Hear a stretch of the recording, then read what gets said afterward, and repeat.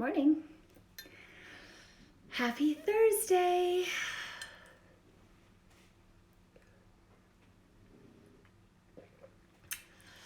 Hello, hello. So this morning I'm sleepy. I am. I know how many of you are sleepy today. It was a little, yeah.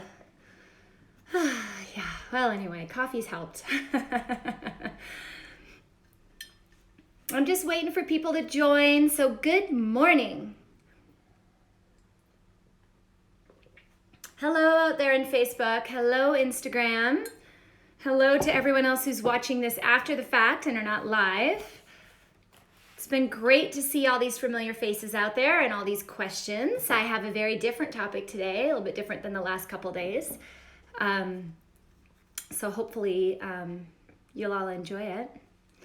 So I didn't sleep great last night. I think this isolation, stay-at-home order. In Arizona, we've been basically at home for a month. And so now my sleep-wake cycles are they're changing. So my husband pulled out this mug this morning and it was brilliant because this is exactly it. But I'm sure once I get going, I won't appear as sleepy as I feel just because it's another topic that I'm passionate about and something I want to talk about. So anyway, I don't know if many of you are out there, but I'm going to jump in. So I'm Dr. Tricia Pingel. This is your morning checkup. It is Thursday, I believe.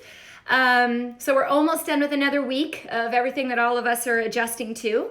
And, you know, today I'm actually talking about a topic that has become a huge epidemic in our country that maybe you don't think about or you're not aware about, okay? And so it is loneliness. Now, you may or may not think this applies to you, but the bottom line is it applies to a lot of you, whether you recognize it or not. So I want to talk to you a little bit more about it, how it's impacting us as a nation, and what we can do about it, especially in times like right now, where we're all even more isolated and alone than we were 2 or 3 months ago, and getting used to all these new situations. So, this has impacted me. Just in general, loneliness in general, you know, as many of you may know, I have lost both my parents, as well as grandparents and people that were very close to me. And, you know, loss, obviously grief and loss causes loneliness. There's many other reasons why someone may be lonely. It doesn't have to be the death of a loved one. It could be a loss of a job. It could be moving away from people that you know, certain relationships that aren't healthy for you, or perhaps just us becoming more and more disconnected for a variety of reasons, which I want to talk about. But you know, there's always still, no matter how much self-healing you do and all of the positive things that you put in your life, there's still moments where we just feel lonely and alone. And I know that the isolation that I'm taking and my family's taking, thank God for them. I mean, at least I have some little kids and a husband to pick on all day. They're probably getting sick of me and my crazy energy, but you know, it's hard because we're isolating ourselves from our normal routines. And so I think a lot more people might be starting to feel some of this loneliness that other people have been feeling. And many out there, as I just see over on Facebook, you know, have lost people as well. I lost my mom about 3.5 years ago to cancer. I was with her through that entire process. It was heartbreaking and horrible. And, but at the same time, you know, that's life. And I guess as we, you know, it's all about how we respond to a situation and how we rise above a situation. But it was awful. And she was basically my best friend.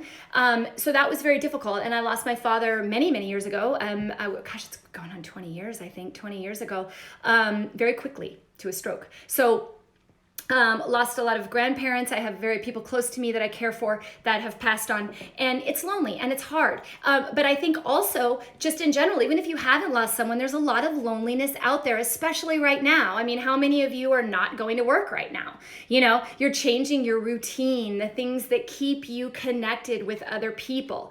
Look, I'm not alone in this. I know that because it's reported that 46% of Americans report feeling lonely regularly. Okay, 46%. So half of you out there that may be watching, I know are experiencing loneliness, okay? I think It's enough where the US has actually declared this an epidemic, loneliness epidemic. I want to talk more about that. And I think it would be, most people, assume that most of these people are seniors. And there are a lot of seniors, 43%, I believe, feel lonely on a regular basis. Now that one, not that it's good, but we kind of anticipate that. I think in the past we've always thought, well, yeah, they get older, they lose their spouse, their families have moved out, maybe they're moving into nursing homes or retirement communities. Although I'm seeing today's seniors more social, I think, than in the past. And I love that. I love, they're out playing golf, they're out being together, except right now in our current time. But I think seniors, a lot of people anticipate. What I didn't anticipate, and what you may not have anticipated, is that the loneliest generation right now in America is Generation Z. That's ages 18 to 22. 18 to 22 is our loneliest generation. Now, number one, we would think they wouldn't be because they're connected to pretty much everything. And when I think where I was at 18 to 22, I think that was hands down probably my most social time. I was with people all the time. We were hanging out all the time. We were going places. We were having parties. I was in college. I was surrounded by people all day long. I went to Arizona State University with a room full of 300 people in each of my classes, and we all walked together and moved together. I met a lot of wonderful people. And you're doing part-time jobs often. You're coming into contact with so many people. Well, this generation isn't necessarily getting that. Now, I don't know. There's a bunch of reasons that I think that might be happening, and I'm curious to your guys' thoughts as I go through them. But it is pretty crazy, isn't it, that our loneliest generation are our young adults. Okay? A recent study of college-bound seniors found that 19-year-olds are spending an hour less a day than 18 or 19-year-olds did back in the 80s together. It's more virtual. It's not one-on-one or group interactions as much as it used to be. Another study has shown, and this is a little scary, that there's a generational shift in mood disorders. So there's more depression showing up in this particular age group than other age groups. It's a growing area of depressive diagnosis in ages 18 through 22. Even more alarmingly, the CDC reported that the rate of suicide amongst ages, and listen to this, guys, listen to this age range, age 10 to 24. Suicide amongst age 10 to 24 has increased by 56% over the last 10 years. Okay, I have an 11-year-old. That scares the living daylights out of me, okay, because he's in that age group, right? So my question is, what have we done in the last 10 years that has changed our young adults to move more towards loneliness?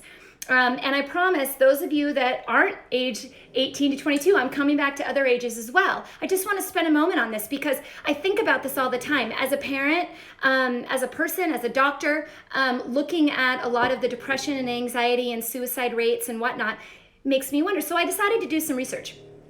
And I think, and maybe you do, if you think about what started happening about 10 years ago, there was a wide use of exactly what I'm on right now, social media, right? So Facebook was created around 2004, which was about 16 years ago. I know I didn't join until 2009, and 2009 is when it became the largest social media platform with over 350 million users, okay? It's come way beyond that now.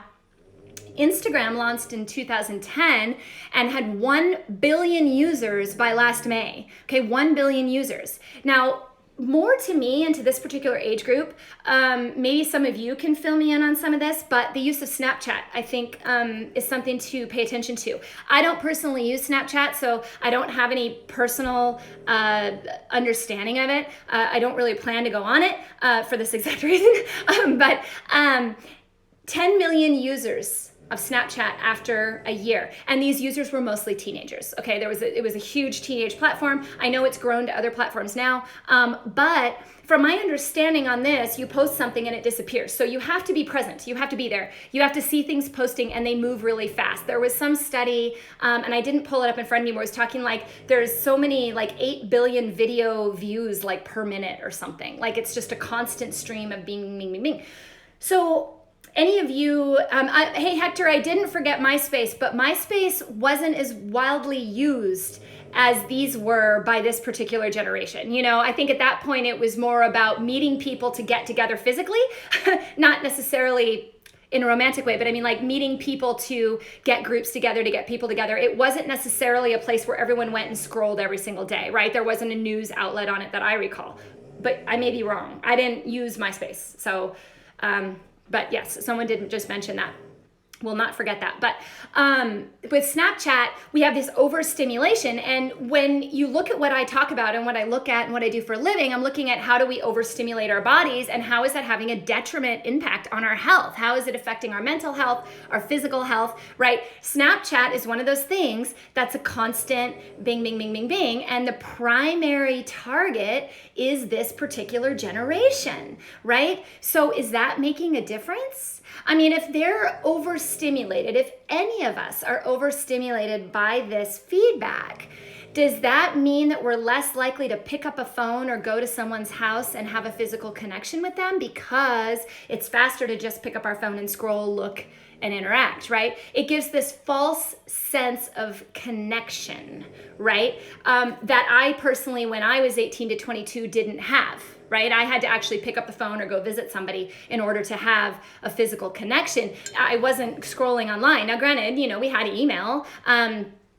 but, you know, that's kind of like letter writing. You know, that's not an immediate gratification. Someone may not write you back for a while. So, and now, as if this wasn't bad enough, now we're adding this TikTok, which I haven't really played with either, but pretty similar, right? It's the reason why I don't let my kids on these types of things. Now, I really won't have much control over them when they're 18. But the bottom line is we need people. Like we need interaction. We share energy with each other. Even me talking to you on video has a different impact than if you read one of my articles, right? Similar information, same studies, same points, different connection. Right? I hope. We need to see each other's faces. We need to hear the inflection in our voices. We need to share that energy with each other in order to feel connected, right? But unfortunately, I'm wondering if this younger generation, because they don't know the alternative, maybe aren't recognizing the loneliness as much as some of us older generations because we remember, right? We look back and we say, okay, I remember what it felt like to have a physical connection with someone. I don't know that our younger generations have that yet, and they haven't had enough life experience, I think, for their brain to grow enough to recognize that they're lonely, right? So that may be part of it. I mean, feelings of loneliness come from a feeling of perceived loss, whether that's losing a loved one, whether that's losing your normal routine, whether that's losing a pet, whether that's just changing a job, going to college, you know, moving out of the house. I mean, kids moving out of your house. I mean, all these life changes that all of us experience. All of us are in this together, guys. We all experience these things. We're not alone, right? But yet we feel alone when we experience these things. And sometimes it's hard to recognize that everyone else will likely eventually experience the loss of a parent or the loss of someone. It's just part of life, but then we isolate ourselves feeling like we're in it all alone. Like, why do we do that? And maybe this is why there is more depression and suicide in this particular group. Maybe their brains haven't quite come to the level of maturity to understand when to ask for help or to understand that feeling is saying that they're lacking physical connection because they've never had that experience. I don't know, maybe I'll have more insight when my kids are teenagers. I know right now, my 11-year-old FaceTimes with his friends, and, at first it kind of annoyed me, and then I remembered back when I was 11 and 12 and how many hours I spent on the phone talking to my friends. It was all about my friends, and what I do like is at least he's seeing them, he's hearing a voice, he's not texting between them. I don't know how many of you have ever misinterpreted a text. I have. I've been misinterpreted even on social media. I may do a comment and people completely misinterpret me, or I misinterpret their response. Writing is not the same as physical connection, okay? And perhaps this is why, as a whole, as Americans, we're feeling more loneliness. We're disconnecting and isolating from other people. You know, when I look back and I say, okay, so what are the differences between us as a whole and this generation back from the 60s, the 70s, the 80s, the 90s? You know, we've always had recreational drugs, right? So I don't think that's really changed. Now the use of them has changed. Back in the 60s, people got together, they all did drugs together, they came together and danced, you know, versus now, you know, it's a lot more prescribed medications, Xanax, antidepressants, opioids, you know, that are all solitary drugs. They're all things that withdraw you from society. They're taking away that connection. You know, there's less conflict resolution going on in our society altogether, right? Because we're breaking up over texts and making fun of people on social media, not to their face, mind you. You know, there's all this stuff going on. We're talking bad about people in front of other people. In the past, we had to do that in front of them, right? Or they didn't hear about it, you know? So I think there's a lot of changes there. The opioid epidemic, it has a huge connection to depression. It has a huge connection to loneliness because it withdraws you. You know, of course, we had opioids back in the 60s and 70s, and we lost a lot of wonderful people due to it, wonderful musicians, wonderful talents. And it wasn't because they were doing this and all gathering together. They were actually isolating themselves from that situation. And we see that a lot now. So ADHD medications, very, very common in that generation. Ridiculously common, guys, probably more than you realize. It's actually moving up to one of the top medications in America right now. People using it in college to stay focused to get through their work. Well, that's a stimulant, okay? Now, when you take it, you're isolated by yourself, focusing on your work. You're not out there socializing with other people. You're actually withdrawing yourself from people. So I do worry about some of these prescriptions out there, and I worry about the increase in suicide and depression in the younger generations because of this. And maybe that's part of it, you know? I think the bottom line is we need people. We need people. Okay, it's important for your physical health. The detriment is not simply mental. And I want to talk about the physical aspect of loneliness in all generations. Okay, 46% of Americans report feeling lonely. Okay, it's not just this generation. Now, from that, we have physical results. Now, I've talked a lot about how stress impacts the body, which is part of the reason why we may have some of these conditions that cause further loneliness, and then the loneliness causes more stress. So it's that darn hamster wheel I talk about quite a bit. In fact, this is amazing. Researchers there was studies, I think it was more than one, stated that stress from loneliness can be as bad for your health as smoking 15 cigarettes a day. Okay, now if you've smoked 15 cigarettes a day for a period of time, what would happen?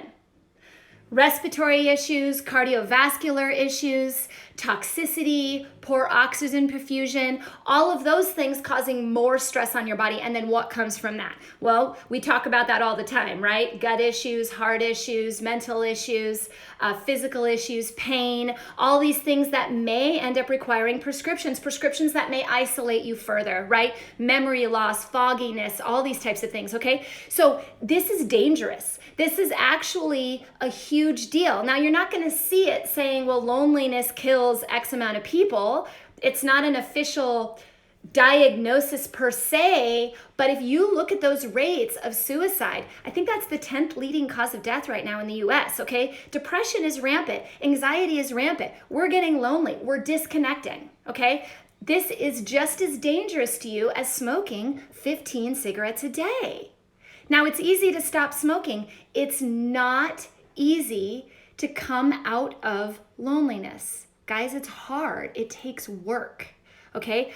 Right after my mom died, I definitely isolated. I definitely didn't take as many calls from friends and didn't call as many people. And I think many of you that watch are my friends and watched me go through this process. And it was hard for me to come out and say, I need somebody.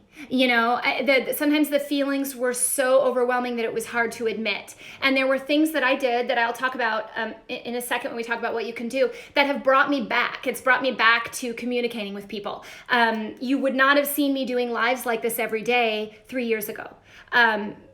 Now, prior to my mom's death, absolutely, but it took me from my very social being into a very withdrawn being. And that's what happens, okay? And it's hard, okay? So I don't want to discount that it's easy to just walk out of loneliness and pick up a phone and call people. It's not, okay? The first step is you have to realize that it's happening, okay? That's the first thing that we need to do. Now, both animal and human studies have shown that stress on the body caused by chronic loneliness and isolation will increase your risk of heart disease, high blood pressure, and will diminish your immune system.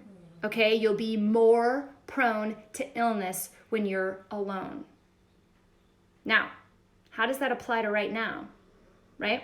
What we have going on in our society right now. There's a lot of arguments right now. How long can we isolate before we have more deaths that become associated with isolation, before we have more diseases that become associated with isolation? It's hard to track. It's also hard to make a decision, right? You get a virus in a susceptible host and they could lose their life in a matter of days. They could be hospitalized and everything's uprooted. But then again, there's a long-term consequence to prolonged isolation. Now, I think all of us understand the benefit of a shorter-term isolation, of trying to control the virus that's going through right now. But there's also a pretty physical health impact to long-term isolation. If we're all going to be alone for months and months on end, it's going to start to wear us down. Personally, I slept awful last night, guys. Awful. Sleepy. Just horrible. And I don't know if it's just because I miss people or because I miss my normal routine. I normally get up, I see my kids, I get in the car, I go do my errands, or I go to the office. And I'm not just going out to my home office every day and talking in lives. I normally do a lot more than this every single day. So it's impacting me. It's impacting my life. And luckily I have a lot of tools to help me get through it, but a lot of people don't. And so I can only imagine that if before this happened, 46% of people felt lonely, where are we at right now? How many more people are feeling very lonely and isolated right now? Okay, so this is a big deal. It lowers your immune system too. So if we're trying to keep our immune system strong, we can't have added stress and loneliness. We have to try to work together and come together. I'm seeing a lot of divide, more divide. We're starting to come together as a nation, but we have to all come together and lift each other up, or we're going to have a lot more isolation and a lot more disease a year from now than we do right now. So there is a huge impact, okay? Physical impact to loneliness. Okay, there's also, as I spoke about earlier, a huge link between depression and opioid use, right? Opioid use, why does opioid use happen? If someone's going to prescribe, a doctor, if I were to prescribe an opioid, which I usually will not do, but let's say I did. If I prescribed it, it usually would be for something like chronic physical pain, post-surgery, those types of things. So then you have to look at, how does stress cause those conditions? How does stress cause pain conditions? And are there things that we can do to bring ourselves together, activities that we can do to prevent those from happening in the first place? Because the bottom line is, once you get on those types of medications, it withdraws you more from society, and that isn't helping us, right? So it's more than just an addiction here, folks. It's an addiction and a lifestyle that is impacting us as a whole and as a nation across all age groups, okay? So what do we do? Right? What are we supposed to do? Especially right now. I can leave my house and go for a walk. I think that's pretty much it here in Arizona. And some of you, I know in California, you can't even go outside and go for a walk, really. You can't go to beaches or parks. There's a lot of different rules in every different state, and a lot of us are more locked down than others. If you're in a state that isn't experiencing this yet, you will at some point. So keep these things in mind. If you're in a state that's even more locked down than I am right now, I'm sure you're feeling it even more than I am right now. One thing to always keep in mind, especially if you have teenagers in your house right now, they're home with you, okay? So this is a time to teach them about what it was like when you were a teenager, the things that you did. You went outside, you rode bikes, you talked to people on the phone, you had times with your family dinners. Maybe normally life is so busy that kids don't always get to come to the dinner table. I know our life is. My kids, my kids are in drama, they're in football. And then between the things that I do, I take dance classes in the evenings, things like that normally. So we're not always together at the dinner table. We have to make a point of pulling ourselves together. This is a great time to bring your kids to the dinner table every night because we're all home, okay? So this is good to bring us back together and to remind them about social connection and teach them how to recognize if they're lonely or not. I think the only people that can teach them that are us, the parents, okay? Limit their social media. Limit your social media, except during these lives. Just kidding. You have some aspect to other people, but for the most part, sitting there when you're bored with nothing to do, scrolling through things doesn't help anybody or any generation, okay? We need to reach out to people. Make a point to call someone on the phone, call them on video, but hear them. Listen to their voice, listen to what they're saying, have a conversation, ask how they're doing, right? Reach out to someone you haven't heard from in a while because the odds are they're probably lonely as well. Okay, if you haven't heard from someone, one of the biggest clues I think that many of my close friends recognized was that I wasn't calling because I am very social. One of my very close friends called me at one point and said, yeah, I haven't heard from you in like 3 months, after my mom died. And normally that's someone that I would have called all the time, okay? And I didn't. So I think recognize the people maybe around you, help them out, realize they're not calling, and call them. Talk to them. Use your voice. Teach your kids to do that. Do it through video. Do it through phone, but definitely not through text. Okay, or social media. Don't use Messenger. Call them, people. Call people. Do a virtual happy hour. Use Zoom or Google Duo or something and get 4 or 5 people together that you would normally get together. What's hard for me, I think, right now is that because I've lost so many family members, my family are now my friends. And I have a good, awesome core group of friends and families that we normally get together with on a very regular basis. And all of you, maybe you're watching, and I love you all and I miss you all very much. But we can still connect with them. We just have to do it a little bit differently right now. Doing something like this on video, get your close friends together. It really makes a difference. Everyone is going through something right now, whether they've lost a job, whether they've kept a job. Everyone's pretty much working from home, the majority of people. And those people are also probably trying to teach their kids and figure out what the next upcoming months are coming. There's a lot to talk about, okay? It's a lot to share between people. Very, very, very important. Just reminding you that that's how we thrive. We're all energetic beings. We provide energy to other people. It's why when you walk into a room and some people lift you up and other people bring you down, they don't even have to say a word and you can feel their energy, okay? We share energy with each other. We have to physically be in contact either through voice or physical sight in order to do that. It's very, very difficult to do over technology. So remember and surround yourself with people that provide good energy to your space. Getting outside, this is one benefit here in Arizona to this isolation period. I am seeing so many people outside. And here in Arizona, if you haven't ever been here, they're really wide streets.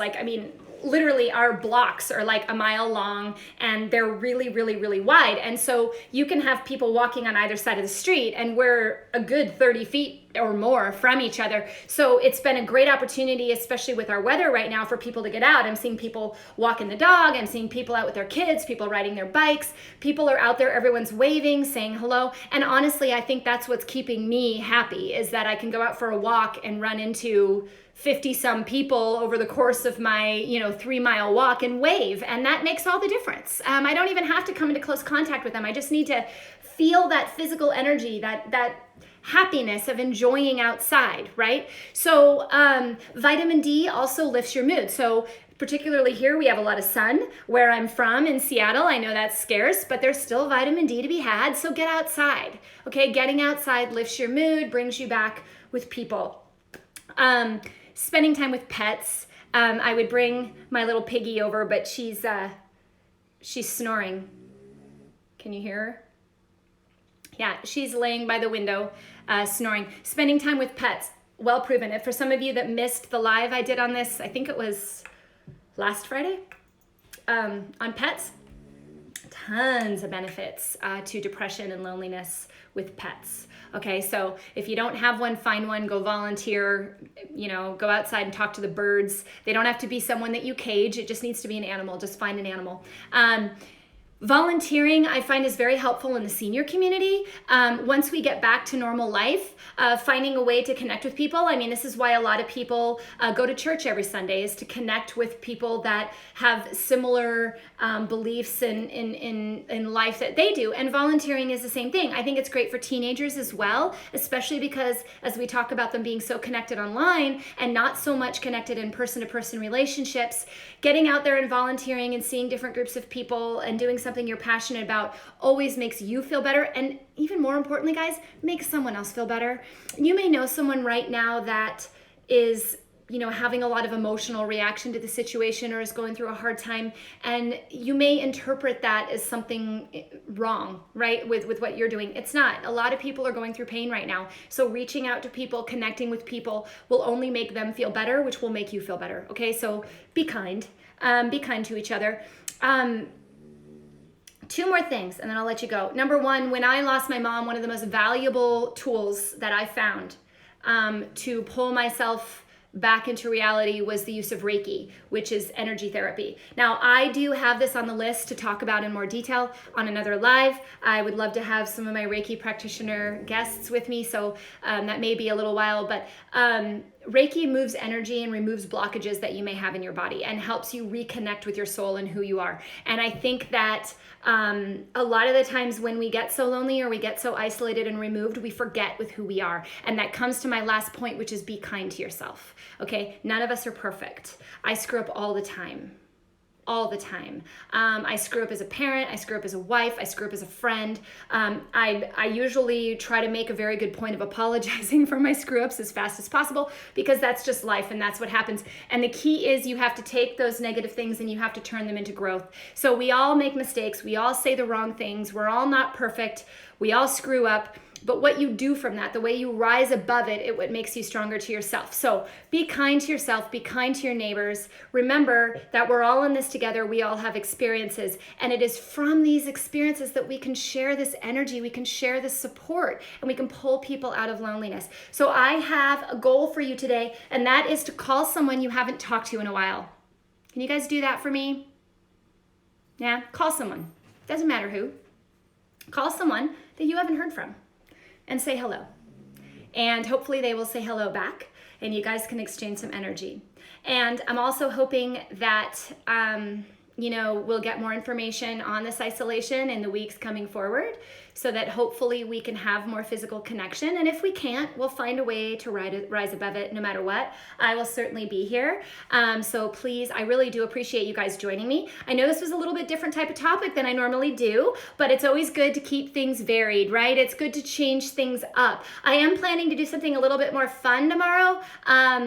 I hope it works out. I'm not going to say what it is. I'll keep you in suspense. But if this video or any of the videos that I'm doing are helping you, you're enjoying them, please share them, like them. I have a ton of articles at drpingel.com. I have many more videos and lives that I've done. I post them to YouTube. I post them to LinkedIn, Facebook, Instagram, and soon I will be posting them on my site. So there are places to go back and watch some of these others so that we can have some connection for the day, okay? So we're all connected, guys, and we're all going to be okay. So please make sure you're being well. Call someone today. That's your prescriptive. I have seen comments coming throughout the day. As usual, I will go through and I will answer them all. I am taking more topic suggestions. I did get some yesterday that you have in the works. So all of you be well, be safe, and have a wonderful Thursday. I will see you tomorrow morning. Thanks.